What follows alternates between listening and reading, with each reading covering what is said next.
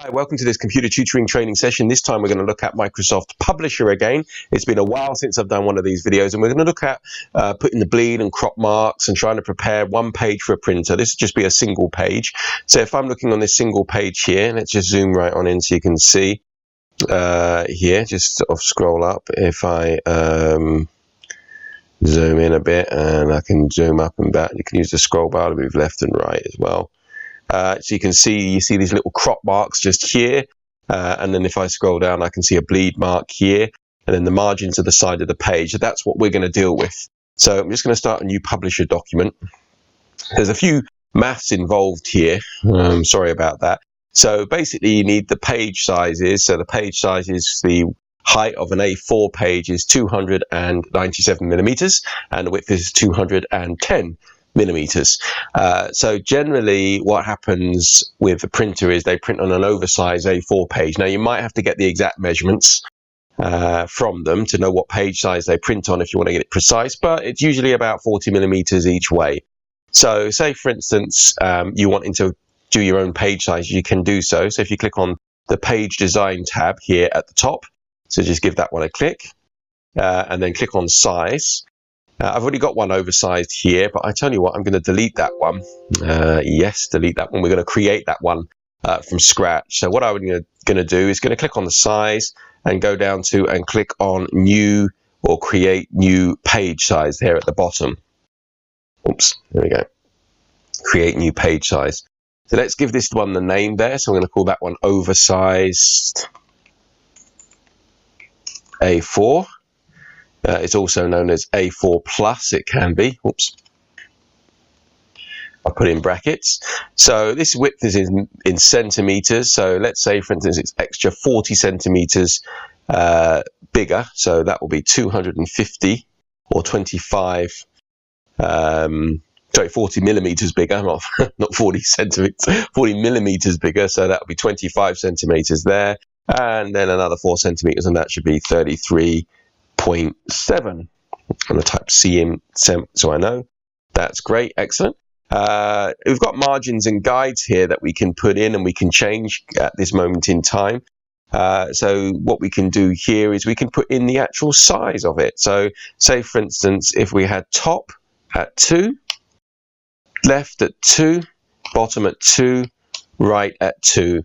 So that's 20 centimeters each side, which is basically 40 millimeters or 4 centimeters bigger across. So hopefully it will give us the page size. So when I click on OK here, so generally this bit here, if I point to it, that is your oversized A4 page that you send to the printer. You will need to check the measurements with your printer. This is a complete guess. So this will be generally 40 millimeters wider and taller than it is the standard A4 page. And then this here, so from here to here, that there is the size of your A4 page. With me so far? All right, that's great, excellent. So next thing is, what you can do is, say for instance, you're going to do a number of different pages. A good idea is to put this on your master page. To see your master page, you can click on the View tab just here. So give that one a quick click, and then click on Master Page just over here. Okay. And now you're viewing your master page. Just one quick thing, just make sure under the size that you are on the oversized A4 page. Sometimes Publisher seems to slip around different pages, East Asian size or whatever, but make sure it's on your oversized A4 page. Brilliant. Okay, so let's stick in the bleed. Now the bleed, usually it's the area to which you would design your document to. So let's say for instance I put the bleed to 3 millimeters. Okay, so we've got our exact page here and we know our page size, but we just literally need to add 3 millimeters either side width-wise and 3 millimeters in height as well. So let's see if we can do that. So what I'm going to do is I'm just going to insert a shape, and I'm just going to insert a rectangle. Hopefully you're okay with that. I'm just going to use these guides here and then just drag the rectangle to match these guides there. And what I'm going to do is I'm going to change my shape outline to a dark red color, and I'm going to just put the weight to 1 point, make it nice and thin. And my shape fill, I'm going to change to no fill. If I zoom in here a little bit, let me just zoom up a touch here. you can see there is my rectangle there. But I need to type in exact measurements for height and width. And in fact, it's picked up the height and width. If you've seen just over here, you can see it's picked up the height and the width. So I need to add 6 millimeters to this. Okay, so let me just add that here. And now that will be 30.3 centimeters.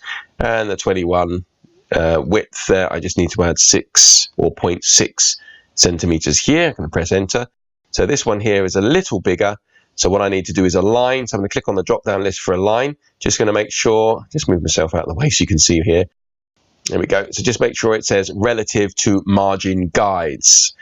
There we go. So now that's relative to margin guides. I can click on the align and choose align center, which aligns it left to right.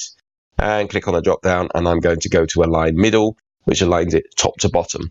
And there we go, that's my bleed area. So when I design stuff, and I'll show you an example of that, putting the picture in, etc., you will design to that area, send it to the printers, and then they will trim that.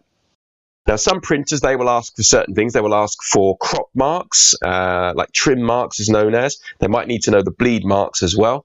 They just need to know where they're going to trim it or where their printer should aim to trim. And that's what we're going to put in. Literally just a couple of lines, really. So I'm going to click on Insert, Shapes again, and choose this single line here. And I'm just going to line it up with this here and just draw a tiny little line here. So I'm just going to zoom in. There's no point doing stuff at a distance. So I'm going to make sure this line and the format of that is absolutely right. I'll keep it black. I'm just going to change the weight to 1 point. There we go. In fact, I tell you what, I'm just going to make this a little lighter at half a point. Here we go. There might be a minimum amount that's required by your printer. Just adjust this here. I've got the height at 0.64. Let's just make a nice round half. It's a 0.5. There we go. Actually, not 0.5, 0.5. There we go. That's great. So now I can use my arrow keys. Oops. Let's just escape out of that one there. Just change that width back to 0. That's better. So now if I click away, I click back, I should be able to use my arrow keys just to nudge that up. I can hold down the Shift key on the keyboard, drag that up a little bit, and I just want that outside my bleed area like that. So this will be a nice trim area. That's great.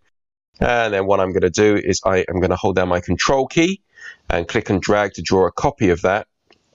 And then I'm just going to go to that end, hold the Shift key down so it just keeps it in a, oops, sorry, I'm just going to click on, actually, I'll tell you what the best way to do, I'm going to rotate that 90 degrees and just drag that up to line it up to this line here.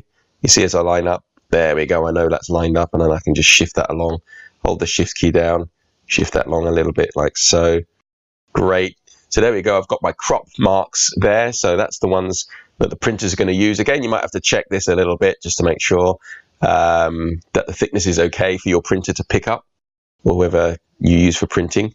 So now I'm going to select both of these here, and I'm going to group them together, which is great. Let me just zoom all the way back and just scroll across to the other side. I'm just going to hold down Control and drag a copy of them off, because I need to do that for the other side. So let's just move it all the way to the other side. Let's just zoom back a little bit.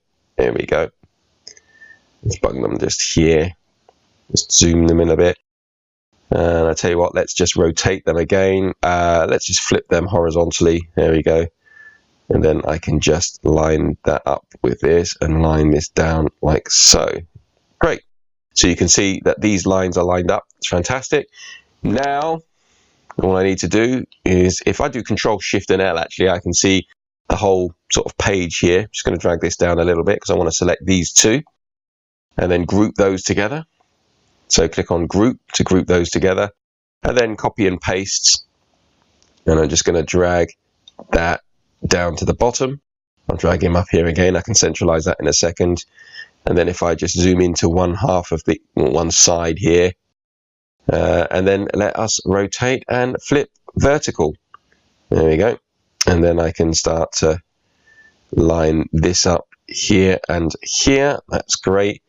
And then I'll click on my bleed again and just align it to the center and align it to the middle. Excellent. Great, so there we go. We've got our crop marks, we've got our bleed marks as well. So how do I use that? Well, let's just go back to normal view. So this is our normal page. I'm control shifting and L-ing so that I can see this. So the blue line, if I zoom in, that is your page. Okay, so that's literally the piece of paper. The red line is your bleed, so that's what you would design to. So when you put a picture in or whatever, that's the line you would design to. So I'll give you an example. Say, for instance, I want a nice green rectangle at the top, and I can put some white writing in there. So I will click Insert. I click on Shapes and find my rectangle. And then I'm going to just line it up to my bleed line just at the top. Just drag across to my other bleed line just here. If it doesn't snap, it's always a bit of a pain. You can turn snapping on and off. There we find. I don't like outlines, so I'm going to get rid of that. And my shape fill will be green or whatever color that you want there. Again, you can adjust it. Just like with anything, if it's not just going as planned, zoom in really, really close. And that's great. And so you've got the printer marks ready to crop. If you want to put a picture in, let me just make that a little smaller here like so. You can do no worse than inserting a picture placeholder and then dragging that to where you need that to go. Remember, if you want that to go completely edge to edge, to not have a white gap near the edge, then drag it across to your bleed line here. And the same with the other side. So drag it across to your bleed line there. So when you go to pop in a picture, you can do that from a file or do a Bing image search here for a nice, I'm just going to type the word garden in, see what comes up here. Obviously be careful of the licensing, and let's have a look and see if there's a nice pretty garden that we can pop in. There's a line there. I'll insert that one. There we go. And I can use the cropping, and I just decide what part of the picture I want to see in there. That's it. Just make sure it lines up. Yeah, see, if you hold the shift key down as you're adjusting this a little bit, helps out. There we go. Great. If I click outside, I've got a nice picture at the top.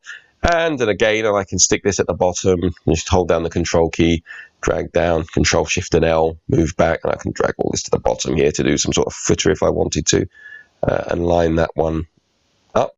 Remember, I can still use the align if I'm doing this, align sort of in the center here. So that's good. And just move that down to the bottom, up to the bleed. And you can fill in your document as you want. There is one more thing, registration marks. Well, you can just draw your own registration mark. So if you're going to print this a number of times on a press, again, Publisher isn't the greatest way of doing that, but you know, sometimes needs must. So again, if I view my master page, I'm just going to zoom up to the top here, and you can literally draw your registration mark. So if I just zoom in here, and then I will go to Insert, and I'm just interested in a circle. So I'm going to go here and hold down the Shift and the Control key to draw my circle from a center point. I'm going to have no fill. My outline will be the weight of 1 point, which is fantastic here. Let's just do that again. In fact, I will copy and paste that. I'm just going to pop that one over the top of this and hold down the Control and the Shift key as I just make that a little bigger for the registration point. Then I need a line, so I'm going to insert a straight line here. Let's just start off and then just, there we go, just have one there. That's great. And then what I'll do is I will put the weight down to a point again. That's good. And then copy and paste my new line and rotate it 90 degrees here. And I should be able to line stuff up.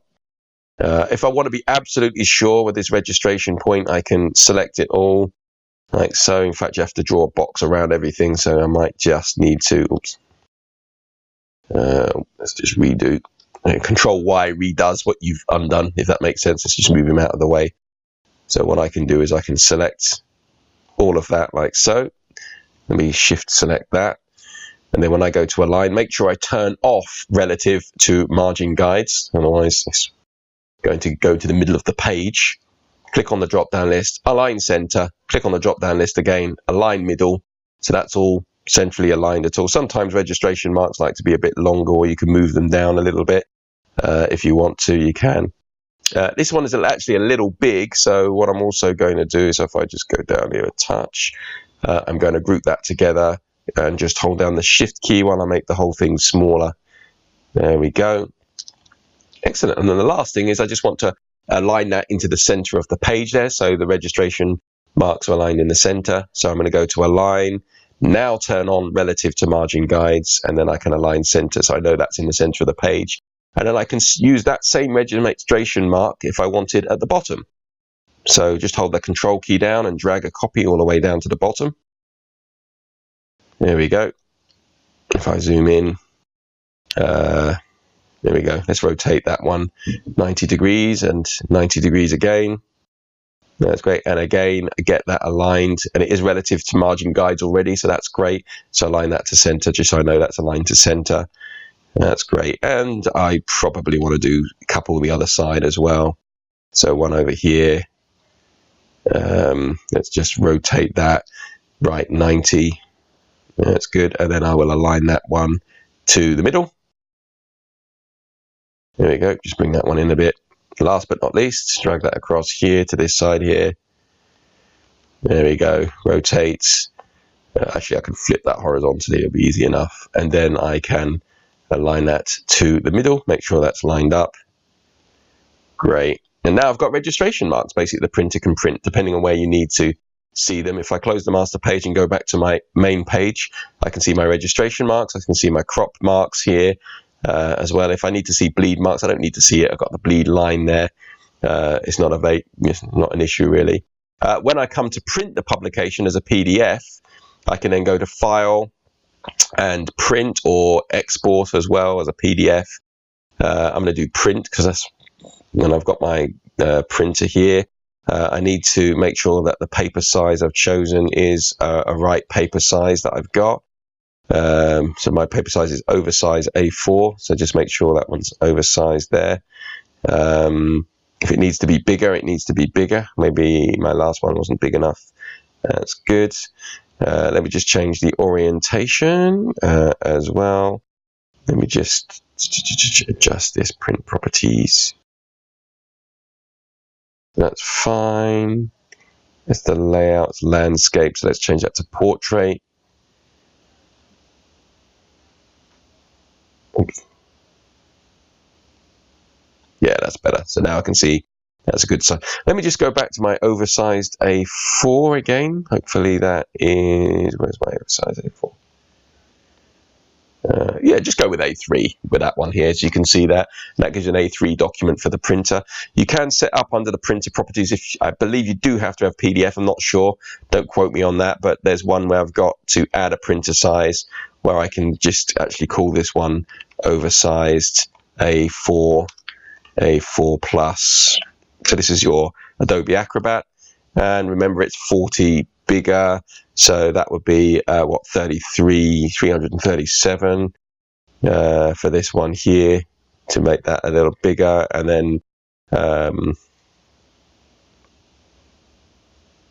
actually the height would be 337 and the width would be 250. That's good. Just add, modify. Brilliant. And then we can just see if that one will work here.